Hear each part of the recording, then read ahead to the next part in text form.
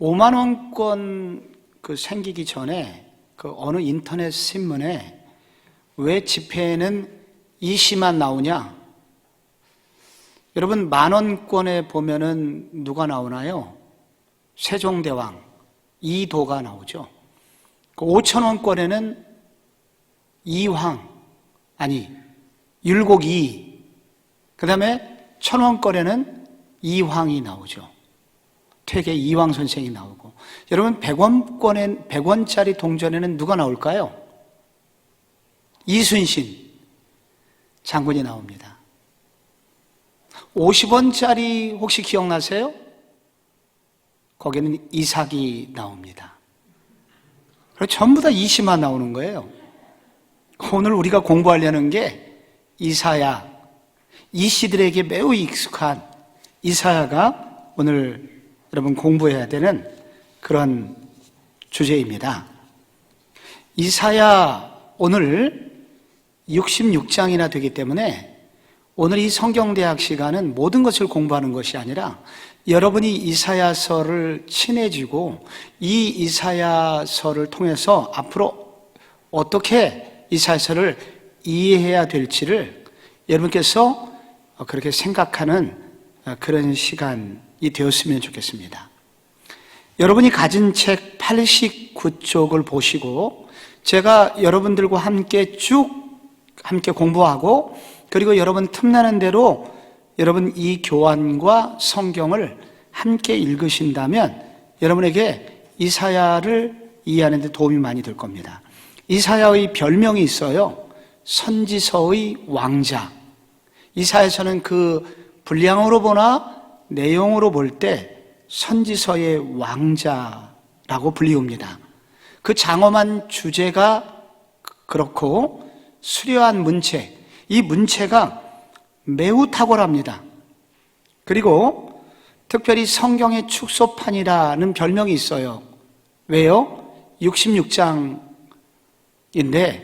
1장부터 39장까지는 심판에 관하여 주로 다루고 40장부터 나머지 27장은 회복에 대해서 주로 다루기 때문에 꼭 신구약 성경을 요약해 놓은 것 같은 그러한 책입니다.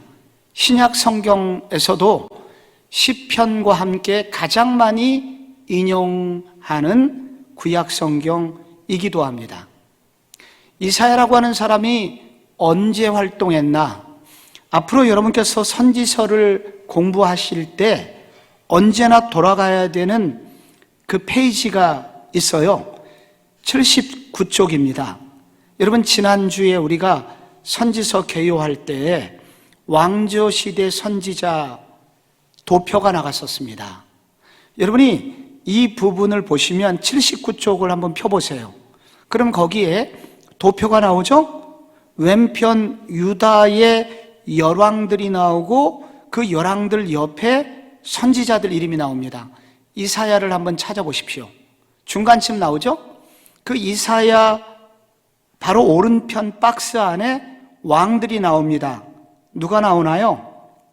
오른쪽에 요담이 나오는데 우시야라는 왕이 끝부분에 나오고요, 사실.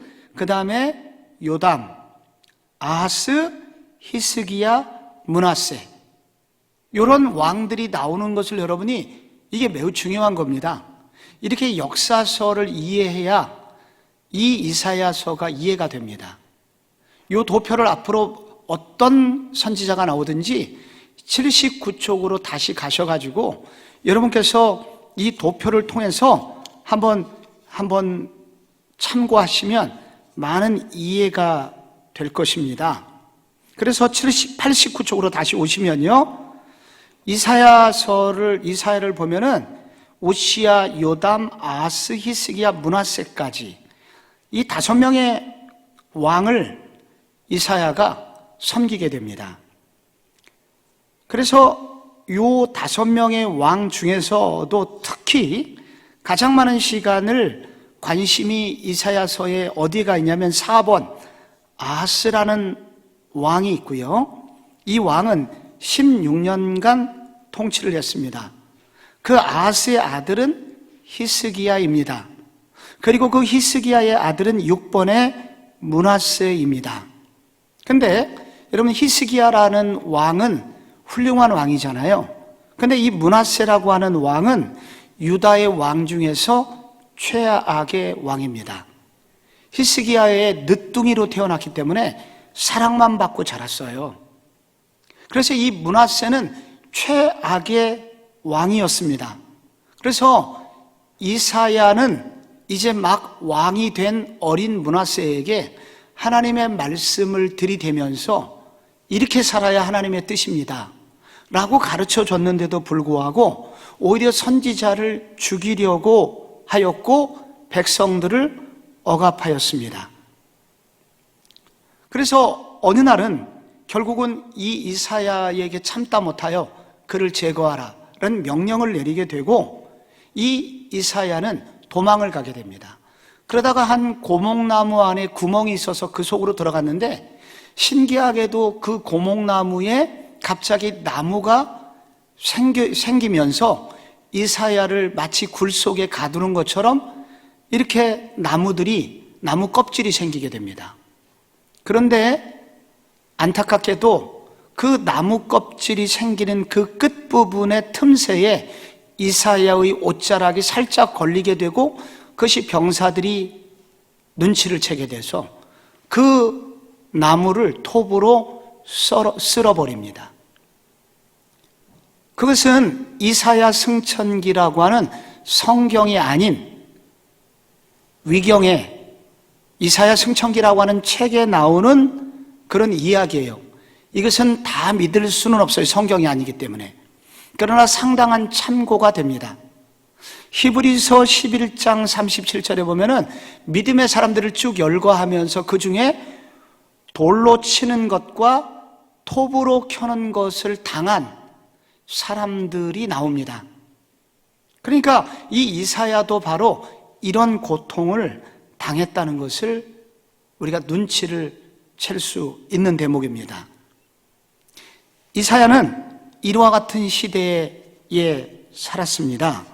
그래서 이 이사야라고 하는 책은 이미 이사야가 우시야 시대 말년부터 활동을 시작했기 때문에 그때부터 선지자로서 많은 설교를 해왔지만 바로 이 므낫세의 초기에 므낫세 정도 되었을 때 이 모든 이사야서를 요약하고 정리했을 것이다. 그의 말년에. 그것이 이제 이 기록 시기가에 대한 학자들의 일반적인 견해입니다. 바로 이 시기에 므낫세 시기에 이사야는 이제 이런 모든 자신의 설교들을 집대성해서 한 권의 책을 만드니 그게 바로 이사야서가 된 것입니다. 이사야서는 주로 이 긴 책이 도대체 무슨 내용을 기록했나 할 때 91쪽과 92쪽에 나오는데 92쪽에 보면은 심판에 대해서 이 이사야서에서 상당 부분 심판을 선언합니다. 언약을 파괴한 이스라엘 백성들에게 하나님께서는 임박한 심판을 내리실 것이다. 이 심판은 피할 수 없을 것이다 라고 그렇게 선포를 합니다. 그래서 1장, 여러분이 이사야서 하면 떠오르는 매우 중요한 성경이 1장에 18절에 이런 말씀이 나오죠. 여호와께서 말씀하시되 오라 우리가 서로 변론하자. 너희 죄가 주홍 같을지라도 눈과 같이 희어질 것이요 진홍같이 붉을지라도 양털같이 희게 되리라. 너희가 즐겨 순종하면 땅의 아름다운 소산을 먹을 것이요 너희가 거절하여 배반하면 칼에 삼켜지리라. 여호와의 입의 말씀이니라.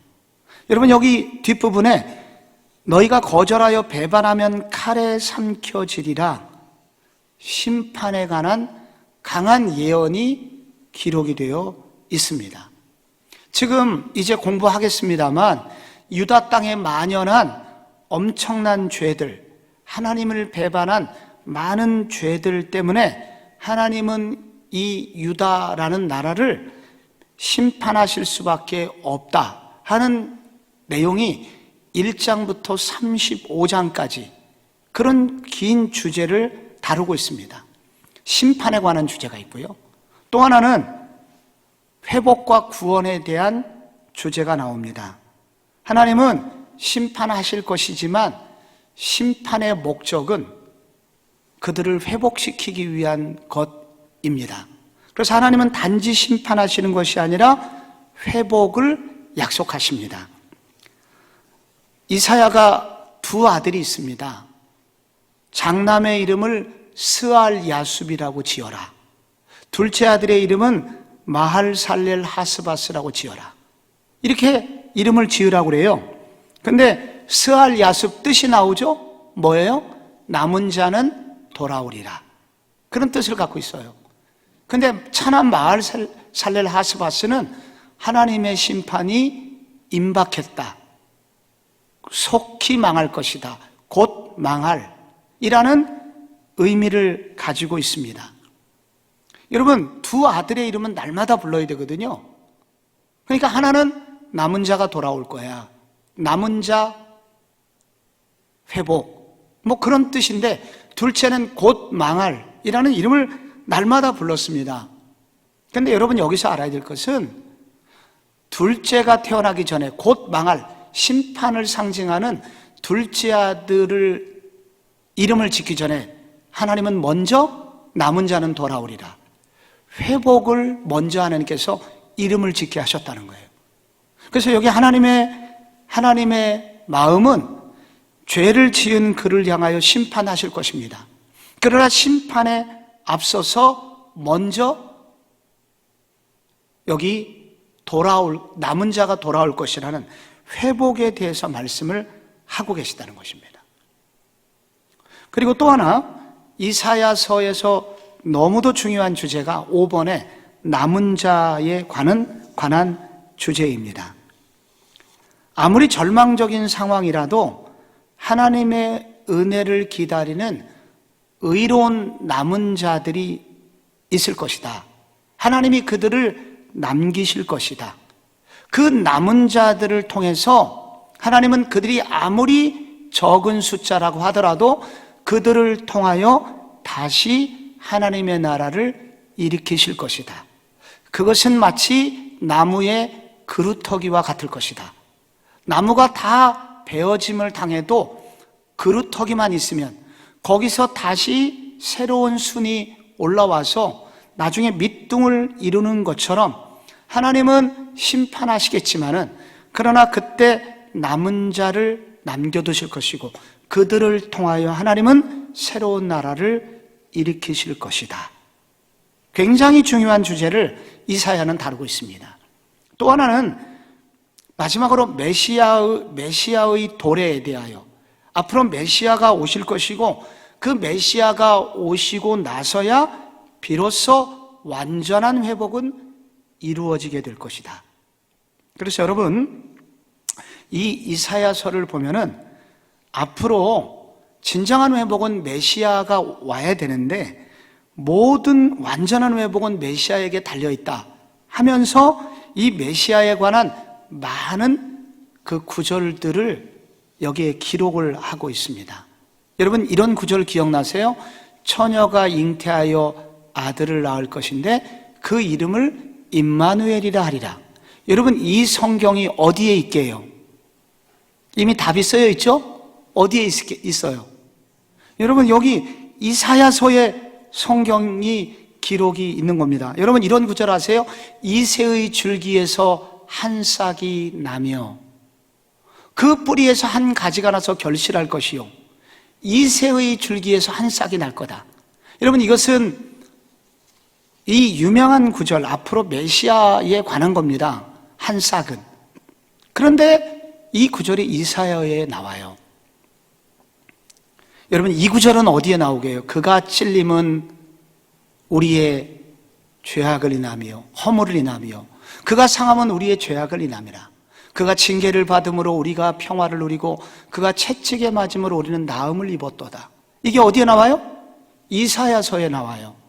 여러분, 이 구절은 그가 찔림은, 그분은 누구세요? 예수님이죠. 나중에 바로 예수님께서 오셔서 완전한 회복이라는 부분적인 회복은 있을 수 있지만 결국 최종적인 회복은 예수께서 오실 때야 비로소 완전한 회복이 있을 것이다. 그래서 이 이사야에는 많은 그리스도에 관한 많은 예언들이 있다는 것입니다. 그래서 여러분, 오늘 저와 여러분, 이 이사야서가 이런 주제를 갖고 있고요. 이 이사야서는 1장부터 39장까지 주로 심판에 대하여, 그리고 40장부터 66장까지 회복의 소망에 대해서 이렇게 기록이 되어 있거든요. 저와 여러분이 함께 오늘 몇 부분만 여러분 이사야서의 맛보기를 여러분하고 저하고 좀 하려고 합니다. 여러분, 이 이사야를 읽을 때 우리가 꼭 좀 처음으로 꼭 봐야 되는 것은, 참 많은 난해 구절이 성경에 있지만은 이사야 6장 9절만큼 또 난해한 구절도 없는 것 같아요. 여러분, 이사야 6장 9절을 보시면은요, 여호와께서 이르시되 가서 이 백성에게 이르기를 너희가 듣기는 들어도 깨닫지 못할 것이요 보기는 보아도 알지 못하리라 하여 이 백성의 마음을 둔하게 하며 그들의 귀가 막히고 그들의 눈이 감기게 하라. 염려하건대 그들이 눈으로 보고 귀로 듣고 마음으로 깨닫고 다시 돌아와 고침을 받을까 하노라. 여러분, 어떻게 돼야 되죠 이게? 가서 회개해라. 그러면 너희들 하나님이 회복시켜 주실 것이다. 이런 말씀이 나와야 되는데, 여러분, 하나님께서 이사야에게 명령하신 매우 이상한 명령은 뭐냐면은 너 가서 말하되 그들이 듣기는 들어도 깨닫지 못하게 해라. 보지 못하게 해라. 그래서 제발 회개 못하게 하라. 회개 못하게. 여러분, 그 구절이에요 이게. 이게 무슨 뜻일까요? 왜 하나님은 이사야에게 이런 명령을 내리셨을까요? 이게 이사야가 받은 소명입니다. 제가 생각해도 이것은 나중에 의미를 생각하면 할수록 정말로 끔찍한, 이런 내가 소명을 받았다면 정말 너무 끔찍할 것 같아요. 여러분, 왜 이사야에게 이런 소명을 주셨냐면요, 이게 6장에 나오잖아요. 근데 1장부터 5장까지 앞에 나오는 내용이 있는 거예요. 이 1장부터 5장까지 내용은 뭐냐면 하나님께서 이스라엘 백성들에게 회개를 원하셨어요. 그래서 여러 번 기회를 주셨어요. 그런데 이스라엘 백성들은 한 대 맞을 때 조금 회개하는 것 같다가 다시 옛날로 돌아가서 더 큰 죄를 짓는 거예요. 또 어려운 시험을 주면 또 회개하는 것 같다가 그 다음엔 더 큰 죄를 짓는 거예요. 그래서 이스라엘 백성들 뿌리 깊은 속에 죄성이 사라지지 않고 하나님이 용서해 주시면 용서해 주실수록 더 많은 죄를 짓는 그들의 모습을 하나님은 여러 차례 보면서 지치시게 됩니다. 1장 10절에 보면은요, 그 이스라엘 백성들의 죄의 모습이 어떻게 나오냐면 거기 소위 소돔의 관한들아 고모라의 백성들아 거기 나와요. 공무원들은 소돔 같고 일반 백성들은 고모라 같았다는 거예요. 2장 6절에서 9절을 보면요, 가장 거룩해야 될 이스라엘은 온갖 가증하고 하나님이 싫어하는 것으로 가득 차 있게 되었다는 거예요. 5장 1절에 보면은 포도원의 비유가 나오거든요. 여기 5장 4절을 얼핏 보시면 뭐라고 나와 있나요? 거기요, 내가 좋은 포도 맺기를 기다렸거늘 들포도를 맺으면 어찌 됨이냐. 이스라엘 백성들에게 많은 투자를 하셨어요. 하나님이 많은 기대를 하셨어요. 많은 기회를 주셨어요. 근데 그럴수록 더 많이 죄를 짓는 거예요.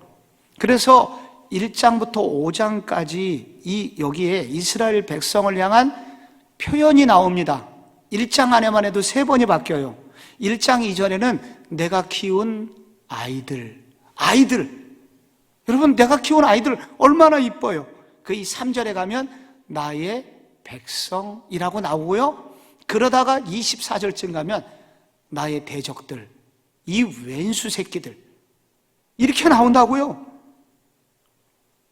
그래서 하나님께서는 이미 달래보기도 하시고 겁도 주시기도 하셨고 여러 차례 하셨지만은 이미 징계를 통해서 그들이 회복될 시대는 넘어섰다는 것이 하나님의 진단이었고, 한 번 더 용서해 주면 어떻게 하냐, 이번에 살짝 회개하는 것 같다가 더 나쁜 죄, 더 큰 죄를 짓는 그들의 악한 모습을 본 것입니다. 여러분, 어떻게 해야 되죠, 이런 때는? 여러분, 웬만한 병들은요, 약을 먹으면 해결이 됩니다. 근데 만약에 여러분, 암세포가 전신에 퍼졌습니다. 아무리 항생제를 투여해도 문제가 해결되지를 않아요. 그럼 어떻게 됩니까? 수술을 해야 됩니다. 칼을 들어야 돼요. 약 먹어서는 그게 안 되는 거예요. 옛날에 나무들을, 소나무를 죽이는 벌레 중에 채선충이라고 있었습니다. 근데 이건 얼마나 무서운 벌레인지, 이 병이 들면은요, 이 나무의 뿌리까지 말라서 죽여요. 그래서 이 산림청에서 채선충에 걸렸다 그러면 어떻게 하느냐? 무조건 걸린 징조 있으면 톱으로 가져가지고 맨 밑에까지 잘라버립니다. 그렇게 해야 그루터기가 남고 채선충은 없어지고 나중에라도 그 그루터기를 통해서 새로운 나무가 날 수 있기 때문입니다. 여러분, 여기 그래서 6장에 보면은요, 이렇게 말씀하시고, 너 가서 이스라엘 백성들을 회개시키지 마라. 못 알아듣게 되라. 회개하지 말게 해라. 오히려 그래서 내가 완전히 심판을 빨리 내려야 그 아이가 오히려 더 회복이 빨라 라는 그런 소명을 이사야가 받습니다. 요 말은 이게 역설적인 거예요. 하나님의 그런 마음이 그렇게 고통스러웠다는 거예요. 왜 회개하기를 원치 않으시겠어요? 회개만 하면 다면이야 얼마든지 회개의 기회를 주시죠. 근데 회개하면 머리가 너무 좋아갖고 더 악한 짓을 할 것이 뻔하니 하나님은 심판을 확정해 버리시는 겁니다. 이런 가슴 아픈 소명을 그가 받습니다.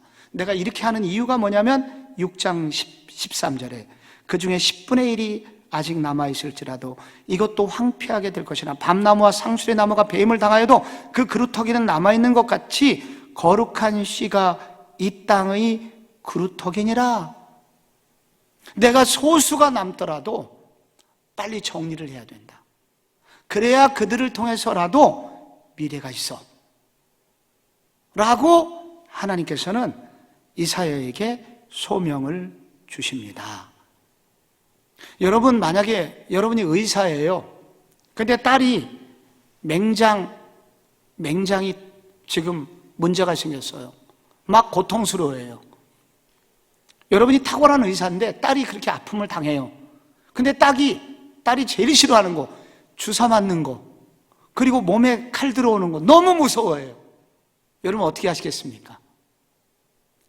여러분이 정말 딸을 사랑하신다면 어떻게 하실 거예요? 계속 약만 줄 거예요? 칼을 들어야 되겠죠. 째야 되겠죠. 맹장을 제거해야 되겠죠. 그래서 여기 하나님의 심판은 역설적 사랑입니다. 그들을 징계하시고 그들을 심판하시는 것까지도 하나님께서 이 이스라엘 백성들, 유다 백성들 심판해라. 심판이 너희들 그렇게 하면 심판 당할 거야 라고 강하게 심판을 계속 촉구하시는 것은 그들이 정말 회복되기를 원하는 간절함이 거기 있다는 것을 우리는 알아야 합니다. 여러분, 이사야는요, 대부분이 운문체로 쓰여 있어요. 시가 운문이잖아요. 시로 쓰여 있습니다. 원문에는 영어 성경을 보면 대부분 시로 쓰여져 있습니다.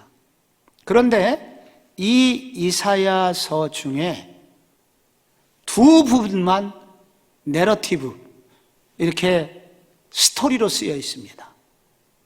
그게 뭐냐면 7장하고 8장이 내러티브, 스토리로 쓰여 있고요.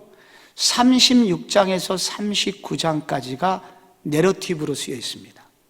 그래서 이 이사야서가 1장부터 39장까지 이 전반부에 굵은 두 기둥처럼 이렇게 이야기체가 있어요.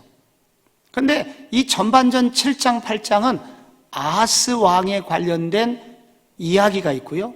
그 다음에 또 하나 36장 뒷부분에는 히스기야에 관련된 이야기가 나옵니다, 거기.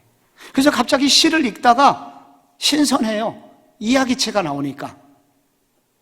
그래서 이 두 가지 이야기를 통해서 이 이사야서 전반부에 이사야서 전체를 관통하는 주제가 나옵니다. 누가 남은 자인가? 하나님은 심판을 하실 거예요. 그러나 심판의 와중에도 남은 자를 남겨두실 거예요. 그 남은 자를 통해서 결국은 하나님은 회복을 주실 거예요. 많은 사람을 통해서 하나님이 회복을 일으키시는 게 아니라 이 남은 자들을 통하여, 소수의 남은 자들을 통하여 하나님은 회복을 주실 거예요. 그래서 도대체 그러면 남은 자는 어떤 사람인가? 이거를 설명해 주는 것이 바로 이 두 기둥인 것입니다. 하나는 어떤 왕이라고 그랬죠? 아하스 왕. 또 하나 뒤에는 히스기야 왕입니다.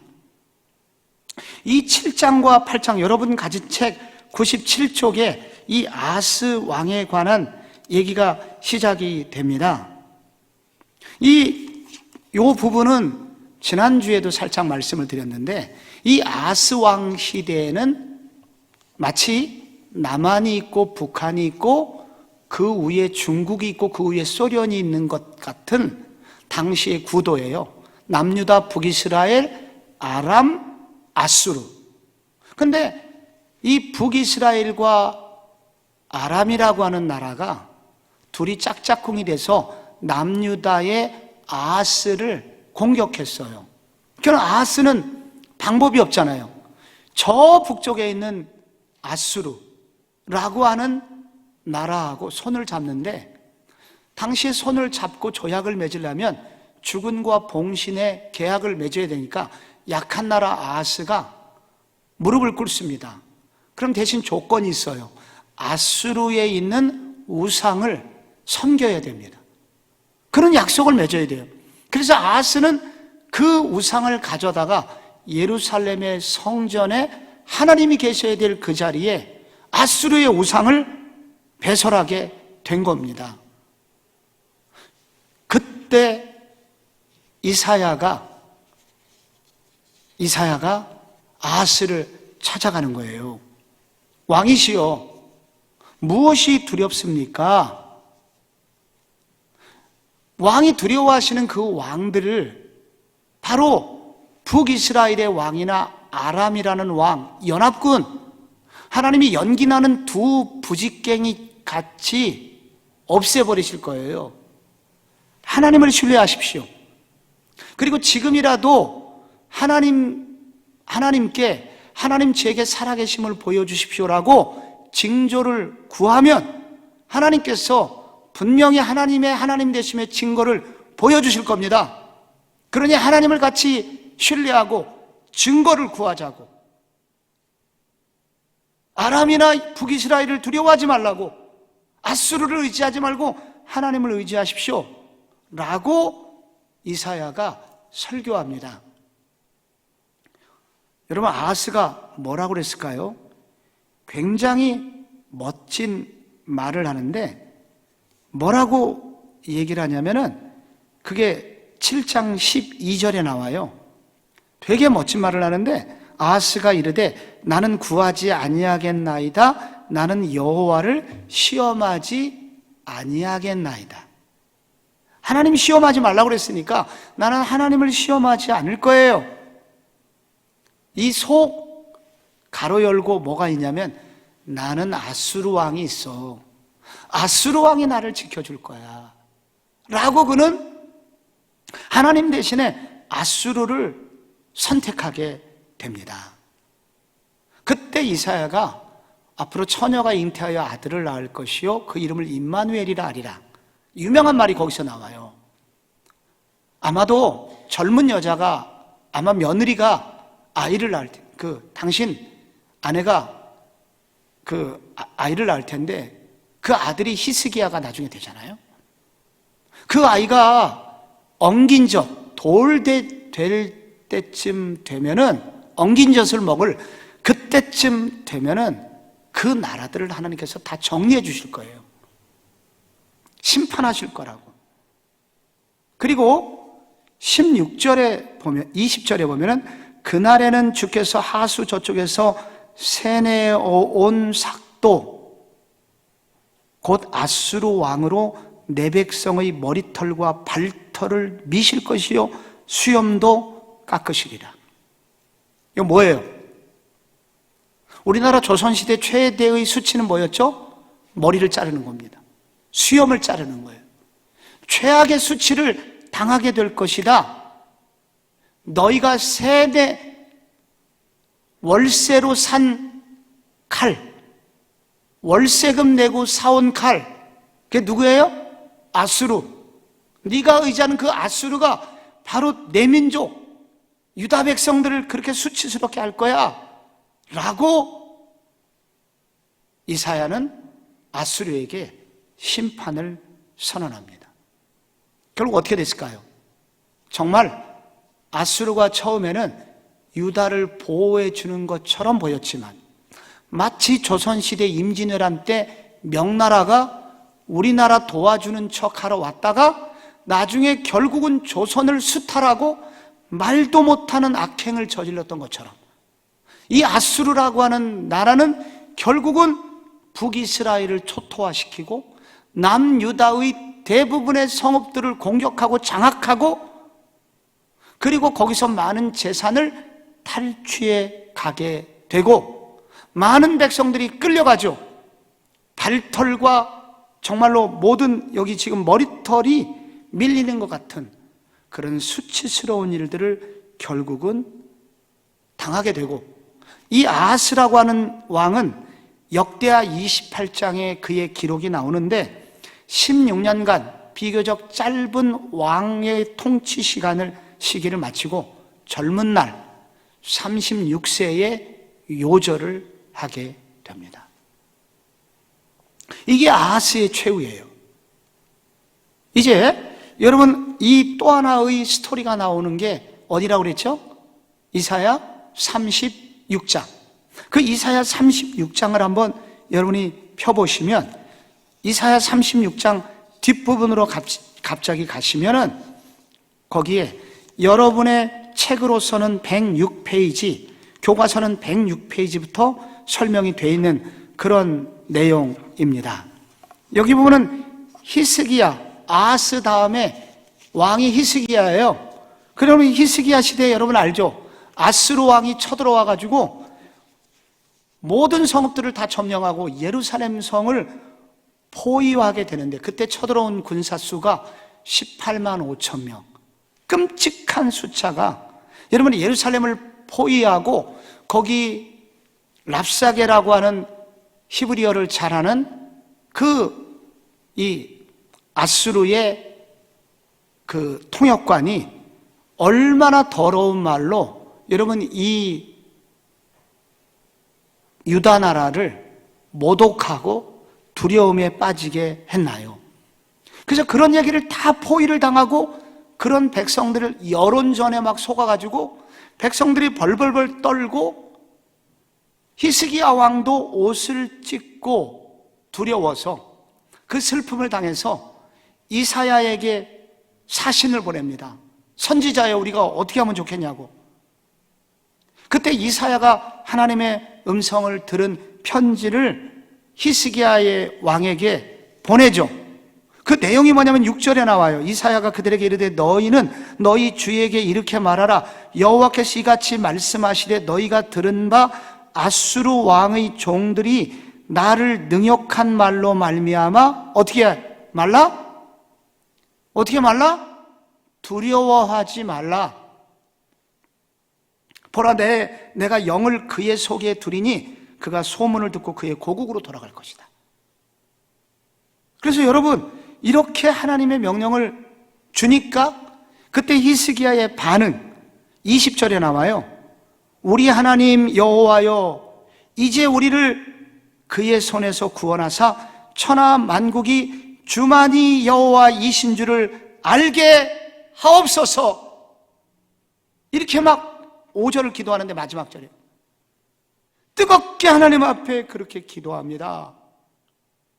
그랬더니 여러분 무슨 일이 생겼어요? 다음날 여러분 아시죠? 18만 5천 명이 뭐가 됐죠? 1번 강시, 2번 시체, 3번 답이 없다. 뭐예요 여러분? 시체가 됐잖아요. 시체가. 이런 그때 역사가 헤로도투스가 이 일반 역사에서 이 사건에 대해서 기록하기를 들쥐가 전염병을 옮겨가지고 갑자기 그 많은 대군이 죽었다고 기록을 했어요. 아마도 오늘날로 유행성 출혈열이 아닌가 우리가 이제 추측을 하거든요. 그게 뭔지는 우리가 정확히 모르지만 갑자기 그들이 죽었다고요. 며칠 만에. 하나님은 히스기야에게 대승을 주셨습니다. 여러분 여기서 아하스하고 히스기야가 대조가 되는 거예요. 둘 다 비슷한 외세의 침략을 받아요. 하나는 아람, 하나는 아수르. 둘 다 두려워해요. 안 두려워하는 게 이상하죠? 둘 다 선지자가 등장해요. 똑같이 들어요. 두려워 말라. 둘 다 하나님의 안전을 약속받아요. 적이 멸망할 거라는 얘기를 들어요. 그런데 여기 결정적인 두 사람의 차이가 나와요. 무슨 차이가 있습니까? 한 사람은 여호와의 말씀을 듣고도 못 들은 척 회개하지 않았죠. 그러나 한 사람 뒤에 나오는 히스기야는 그 말씀을 들어요. 그 말씀을 잘 듣고 하나님의 말씀에 순종해요. 그래서 결국 살게 돼요. 이 이사야 선지자 이사야는 여러분 이걸 말하는 거예요. 진짜 남은 자는 누구냐? 하나님이 남겨두실 남은 자를 통해서 회복의 세계를 열어가실 텐데 하나님이 진짜 남겨두시는 사람은 누구냐? 어떤 사람이냐? 말씀을 듣는 자이다. 하나님이 말씀을 선포했을 때 두려워 말라 말씀 주셨을 때 위기를 만났을 때 그 하나님의 말씀을 듣는 자, 말씀을 듣는다니까 그냥 끄덕끄덕 듣고만 있다는 게 아니죠. 이 말씀을 들었기 때문에 말씀이 가슴에 부딪히고 말씀이 와 닿으니까 하나님을 전적으로 더 의지하게 되고 오직 하나님만 바라보면서 더 신뢰하고 기도하게 되고 그런 사람이 결국은 남은 자가 된다는 거예요.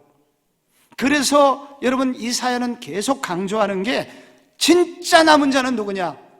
듣는 자. 그래서 여러분 가장 하나님으로부터 여기에 보면은 저주받은 사람은 누구냐? 말씀이 안 들리는 자예요. 그래서 여러분이 신앙생활하면서 제일 두려워해야 될 것 중에 하나가 말씀이 안 들려. 요즘 말씀이 안 들려. 이게 제일 무서운 형벌이 될 수 있어요. 말씀이 들려야 됩니다. 들린다는 게 그냥 귀에 들린다는 게 아니라 말씀이 내 가슴을 치고 정말 그렇지. 그 말씀이 들려서 나를 변화시키고 하나님의 말씀대로 살게 만드는 거. 여러분 이것이 바로 남은 자의 특징이라는 거예요. 그래서 이 이사야를 보면요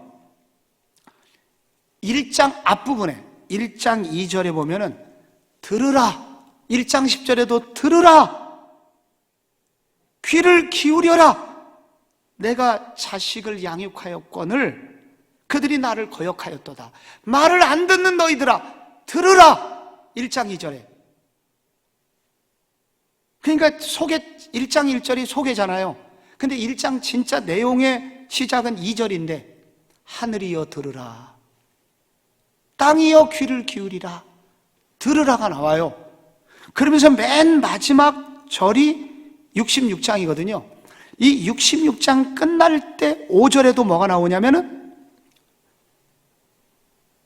여호와의 말씀으로 말미암아 떠는 자들아 그의 말씀을 들을지어다.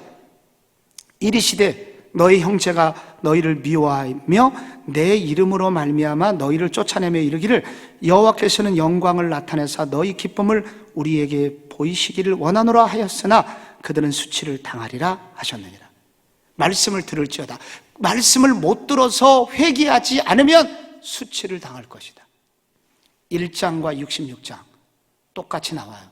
이런 걸 수미상관의 기록 방법이라고 하죠. 그래서 결국은 말씀을 들으라, 말씀을 들으려고 몸부림치라. 그것이 진짜 남은 자가 될 것이고 하나님은 그들을 통해서 새로운 일을 일으키실 것이다. 꽤 오래된 인터넷에 떠돌아다니는 우스개 중에 이런 얘기가 있었어요. 남편이 요즘 보니까 아내가 나이가 들면서 가는 귀가 먹은 것 같아요. 너무 걱정이 돼. 그래서 들어가면서 시험을 해보자. 정말 가는 귀가 먹었는지 안 먹었는지. 현관문을 딱 열면서 큰 소리로 일부러 여보 오늘 저녁이 뭐야? 근데 반응이 안 나오는 거예요. 반응이. 아 맞아, 아내가 그렇게 고생하더니 가는 귀가 먹었구나. 그래서 부엌 입구에 들어가기 전에 먼저 부엌 입구에서도 여보 오늘 저녁이 뭐야? 반응이 안 나와요. 그래서 마지막으로 그 아내의 귀에다 대고 여보 오늘 저녁이 뭐야? 그랬더니 그 아내가 소리를 버럭 지르면서 내가 지금 칼국수라고 몇 번을 얘기해 알아들어. 가는 귀는 누가 먹었어요? 남편이 먹었어요. 남편이. 우리가 가장 지금 문제가 뭐냐면은 이 영적인 가는 귀가 먹어가지고 말씀을 전해도 말씀이 들리지가 않는 거예요. 이렇게 큰 소리로 전해도 말씀이 안 들려. 그것이 가장 큰 무서운 심판의 원인이 된다. 남은 자는 누구냐? 바로 말씀을 듣는 자이다. 여러분, 이 시대는요, 하나님께서 작정하신 것 같아요. 쭉정이를 갈아내려고 하나님께서 작정을 하신 것 같아요. 많이 모이는 거 나는 관심 없다. 이 시대가 그런 시대예요, 지금. 하나님의 관심이 지금 뭐예요? 그래도 목사의 관심은 많이 모이는 거예요. 부인지 어쩐지 잘 모르지만 많이 모이면 힘이 있고 큰 교회가 왠지 좀 목에 힘도 주고 다녀요. 그런데 하나님이 요즘 일하시는 걸 보면 많이 모이는 것에 대해서 하나님은 관심이 없어요. 이사야서가 말해줘요. 나는 많이 모이는 거 관심 없다. 나의 관심은 남은 자가 몇 명이냐? 몇 명이 남았느냐? 나는 그들을 통해서 다시 시작할 거야. 그런데 그 남은 자의 징조가 있어요. 그럼 누가 남은 자냐? 말씀을 듣는 자. 아스가 아니라 히스기야 같은 자. 말씀을 듣고 벌벌 떨면서 하나님을 의지하는 남은 자. 그래서 하나님께로 내 마음과 온 정성을 기울이는 자. 그런 자를 통해서 하나님은 새로운 일을 일으키실 거라고 말씀하십니다. 성복중앙교회는 남은 자가 있는 교회가 됐으면 좋겠습니다. 남은 자가 좀 비교적 좀 많은 교회가 되었으면 좋겠습니다. 요즘은 부흥되게 해달라는 기도보다 더 중요한 기도는 주여 남은 자 정신을 가진 교회가 되게 하여 주옵소서. 그러면 희망이 있고 그들을 통해서 하나님은 새로운 일을 이루어 주실 것이라는 것입니다. 말씀을 듣고 하나님께로 돌아오고 그리고 하나님만 의지하며 사는 남은 자를 하나님은 그 시대에게 요구하셨으나 불행하게도 이스라엘 백성들은, 유다 백성들은 그 말씀을 거절하였고 결국은 히스기야의 길이 아니라 아하스의 길로 가게 됩니다. 그 결과 이제 역사가, 유다 역사가 끝나요. 히스기야가 죽은 지 100년 뒤에 바벨론이라고 하는 나라가 쳐들어와가지고 일부 포로를 끌고 가더니 1차 포로, 2차 포로 끌고 가더니 BC 586년에 완전히 이스라엘을 무너뜨립니다. 그리고 나서도 70년 동안 포로 생활을 겪게 만드세요. 그래서 이스라엘 백성들, 유다 백성들은 70년 동안의 혹독한 바벨론 포로기를 겪습니다. 그래서 완전히 우리는 끝났구나 그렇게 생각할 바로 그때 그들이 떠들어봤던 성경책, 옛날에는 관심도 없었던 예언서가 그들에게 읽혀지기 시작하니 그게 바로 이사야 40장부터 66장까지입니다. 여러분, 이 40장을 여러분이 보시면요, 이 40장부터는 무슨 얘기가 나오냐면은 하나님께서 바벨론 포로기가 끝날 것이라는 예언이 나옵니다. 그러니까 39장부터 40장은 장의 차이가 없지만 이 역사적 간극은 170년이나 돼요. 히스기야 죽은 지 100년, 그리고 70년 포로기가 끝나는 그 시절, 그때 이스라엘 백성들이 바벨론 포로기 있을 때 하나님은 그날을 예견하시고 유다 백성들에게, 이사야에게 170년 전에 이 예언의 말씀을 주셨던 것입니다. 그러면서 뭐라고 그러냐면은 1절, 2절 보면은 너는 그들에게 크게 외쳐라.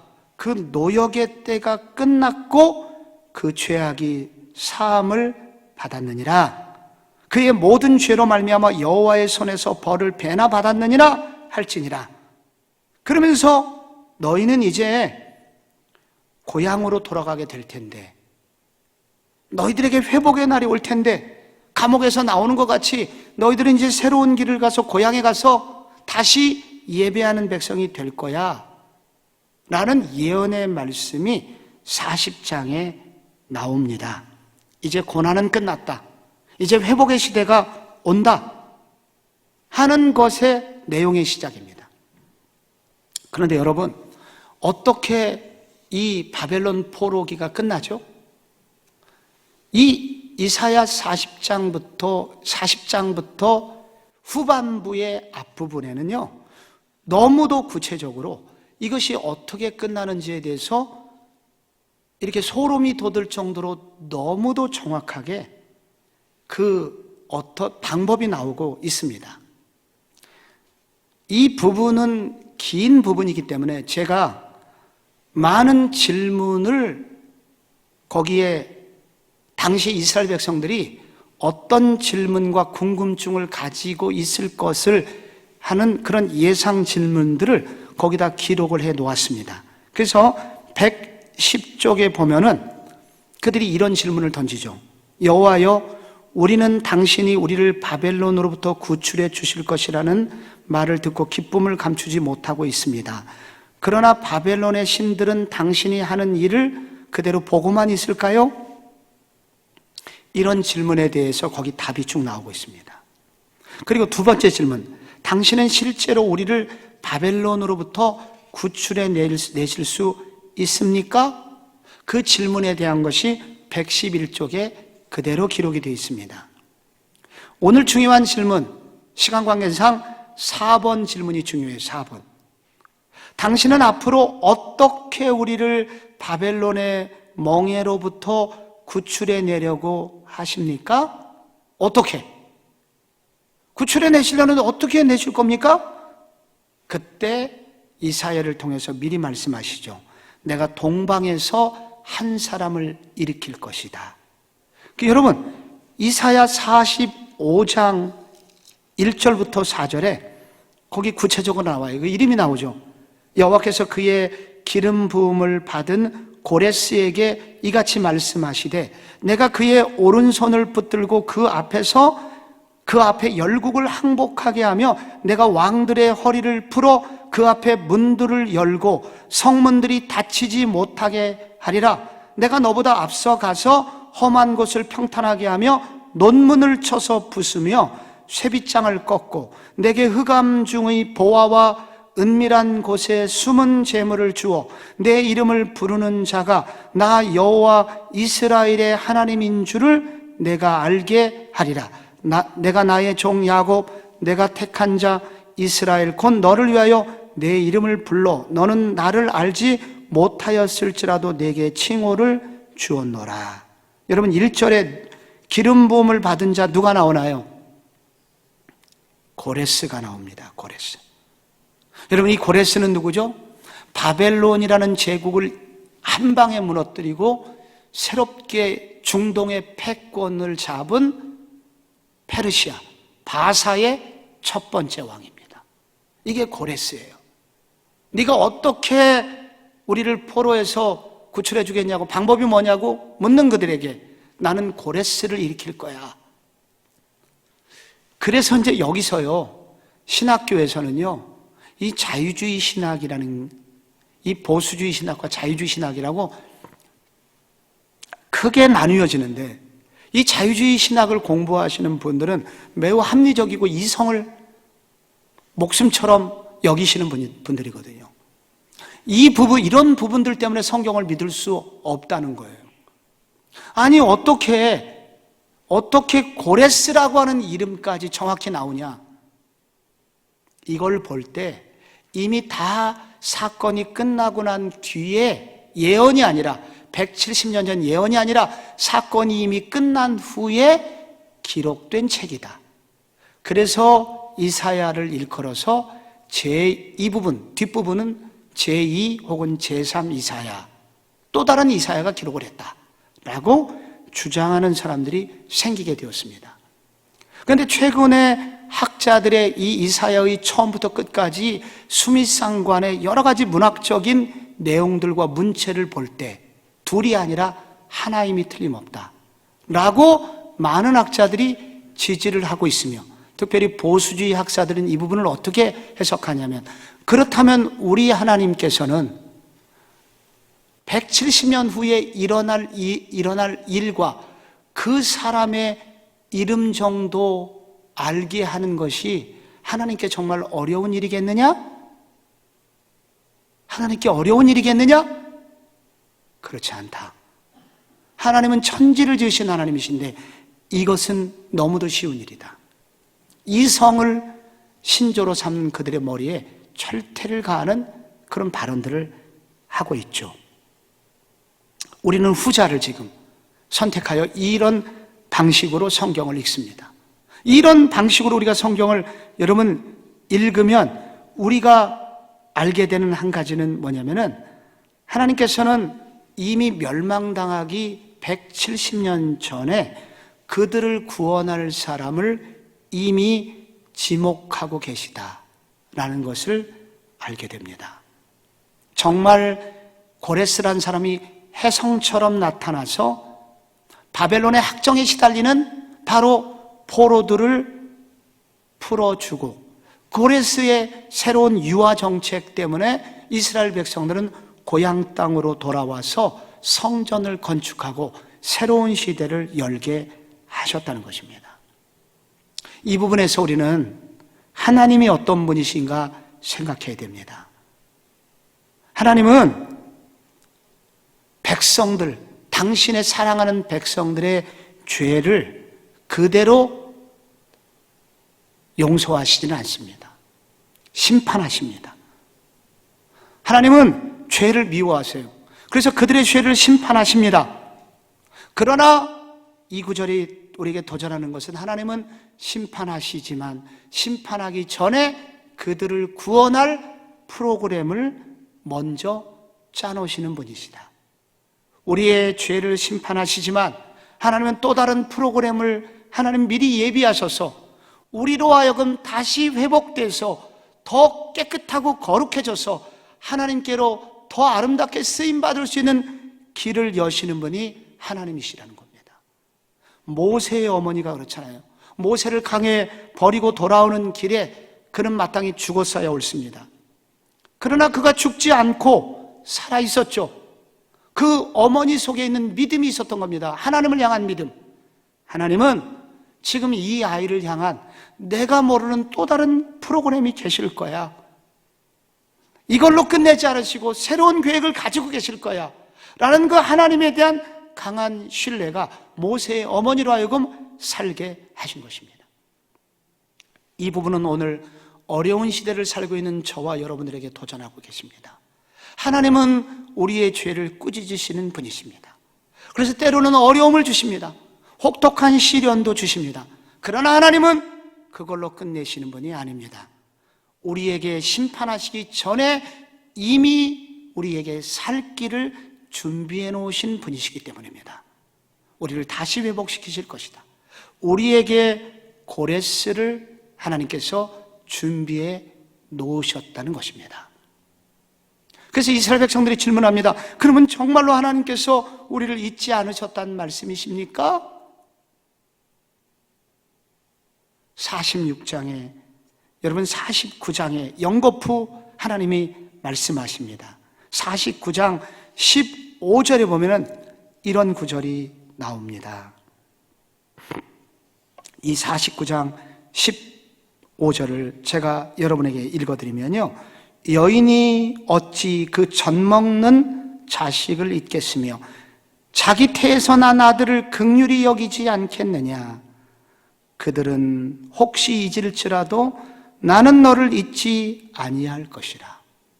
결코 잊지 않으시는 하나님은 결코 한 번도 잊은 적이 없다라고 그렇게 말씀해 주십니다. 여러분, 이사야서의 뒷부분은요, 크게 두 종류가 나옵니다.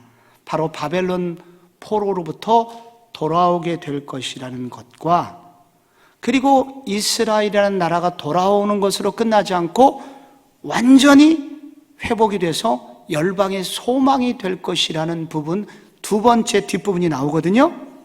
그래서 이 두 번째 뒷부분을 이해하려면 우리가 질문이 하나 필요합니다. 또 하나의 질문은 뭐냐? 이런 완전한 회복, 완전한 소망은 공짜로 주어지는 겁니까? 무상으로 주어지는 겁니까? 우리가 아무것도 안 했는데 그냥 주시는 것입니까? 라는 질문이 나옵니다. 답은 뭐냐면 그렇지 않다. 누군가의 희생이 필요하다. 완전한 회복을 주실 것인데 그것은 바로 누군가의 희생을 통해서 주어진다. 누구의 희생이죠? 여호와의 종. 여호와의 종의 수고와 희생을 통해서 주어진다는 것입니다. 그럼 여호와의 종은 도대체 누군가요? 이사야도 아직은 명확하지 몰라요. 하나님이 주시는 말씀을 예언을 했을 뿐인데 이사야도 그분이 누구신지는 아직 몰라요. 근데 그분이 어떤 모습을 가지고 있느냐에 대해서 이제 앞부분 42장부터 계속 말을 해오다가 53장쯤 가면은 그분이 누구신지 우리가 알 만큼 굉장히 또렷하게 기록을 하고 있습니다. 그 여호와의 종은 누구냐고 나오면 53장에 이렇게 나옵니다. 그는 주 앞에서 자라나기를 연한 순 같고 마른 땅에서 나온 뿌리 같아서 고운 모양도 없고 풍채도 없은즉 우리가 보기에 흠모할 만한 아름다운 것이 없도다. 그는 멸시를 받아 사람들에게 버림받았으며 간고를 많이 겪었으며 질고를 아는 자라. 마치 사람들이 그에게서 얼굴을 가리는 것 같이 멸시를 당하였고 우리도 그를 귀히 여기지 아니하였도다. 그리고 우리가 아는 구절, 그는 실로 우리의 질고를 지고 우리의 슬픔을 당하였거늘 우리는 생각하기를 그는 징벌을 받아서 하나님께 맞으며 고난을 당한다 하였도다. 그리고 그가 찔림은 우리의 허물을 인하며가 나옵니다. 결국 여러분, 여호와의 종은 아직 누군지 이사야는 모르는데 우리는 그가 누군지 알고 있습니다. 그분은 누구십니까? 앞으로 오실 메시아 예수 그리스도입니다. 그분이 오셔서 완전히 허물어진 우리의 신앙을 세워주시고 우리에게 우리의 죄의 하나님께 미움받아 마땅한 우리의 죄들을 완전히 정리해 주시고 또 우리에게 성령을 보내주셔서 영원토록 하나님을 떠나지 않도록 우리를 지켜주셔서 결국은 하나님 백성이 될 수밖에 없고 하나님 나라를 이룰 수밖에 없는 그런 존재로 만드시는 분이 바로 여호와의 종, 바로 예수 그리스도라는 사실을 우리가 알게 됩니다. 결국 그 여호와의 종의 헌신을 통해서 결국 이 유다 백성들, 바로 이스라엘 백성들은 완전한 회복을 얻게 될 것입니다. 그래서 이 이사야서의 뒷부분은 너희들이 이와 같은 사랑을 받았으니 너희들은 스스로 작은 자라고 말하지 마라. 너희들은 연약한 자라고 말하지 마라. 너희들은 자신을 존귀히 여겨라 라고 말을 하면서, 그래서 이사야 56장이나 이런 구절에 말하기를 나는 고자라고 말하지도 너는 말고 나는 마른 나무라 라고도 말하지 말아라. 나는 끝났어, 나는 쓸모없어, 이렇게 말하지 마라. 너희들은 존귀한 자다 라고 하나님께서 도전하고 계십니다. 그러면서 심지어 이 60장에 보시면 21절에는 이런 도전을 주고 있습니다. 21절에 내 백성이 다 의롭게 되어 영원히 땅을 차지하리니 그들은 내가 심은 가지요 내가 손으로 만든 것으로서 나의 영광을 나타낼 것인즉 그 작은 자가 천명을 이루겠고 그 약한 자가 강국을 이룰 것이라. 때가 되면 나 여호와가 속히 이루리라. 그렇게 약속하고 계십니다. 사랑하는 성도 여러분, 결국은 그 결과 이사야서의 마지막은 모든 열방들의 선망의 대상이 될 것이다 하면서 이 이사야서가 마쳐지는데 66장 10절을 제가 읽어드릴게요. 예루살렘을 사랑하는 자들이여 다 그 성읍과 함께 기뻐하라. 다 그 성읍과 함께 즐거워하라. 그 성을 위하여 슬퍼하는 자들이여 다 그 성의 기쁨으로 말미암아 그 성과 함께 기뻐하라. 왜냐하면 모두에게 선망의 대상이 되는 성이 될 것이기 때문이다. 성도 여러분, 어려운 시대입니다. 어려운 시대, 그리고 하나님의 심판이 임하지 않았나 생각되는 시대입니다. 하나님은 많이 모이는 걸 원하시지 않고 남은 자들을 원하신다. 남은 자가 되어야 됩니다. 그리고 하나님께서는 우리를 심판하시되 우리에게 미리 구원하실 길을 미리 준비하신 분이십니다. 그리고 우리를 구원하시되 여호와의 종을 우리 가운데 미리 예비하셔서 우리에게 그분의 희생을 통하여 우리로 완벽한 회복이 될 수 있도록 도와주시는 분이십니다. 그래서 우리는 약한 것 같지만 강한, 그래서 약한 자, 작은 나라 같지만 천의 군대를 이루고 만의 군대를 이룬 것 같은 강국을 이루게 될 것이고 열방의 선망의 대상이 될 것이라고 우리에게 도전하고 있으니 기죽지 말고 절대 잘못될 것이라고 생각하지 말고 이사야의 도전을 믿음으로 받아들여 어려운 시대 속에서도 당당하게 살아가는 성도 여러분 되시기를 축복합니다.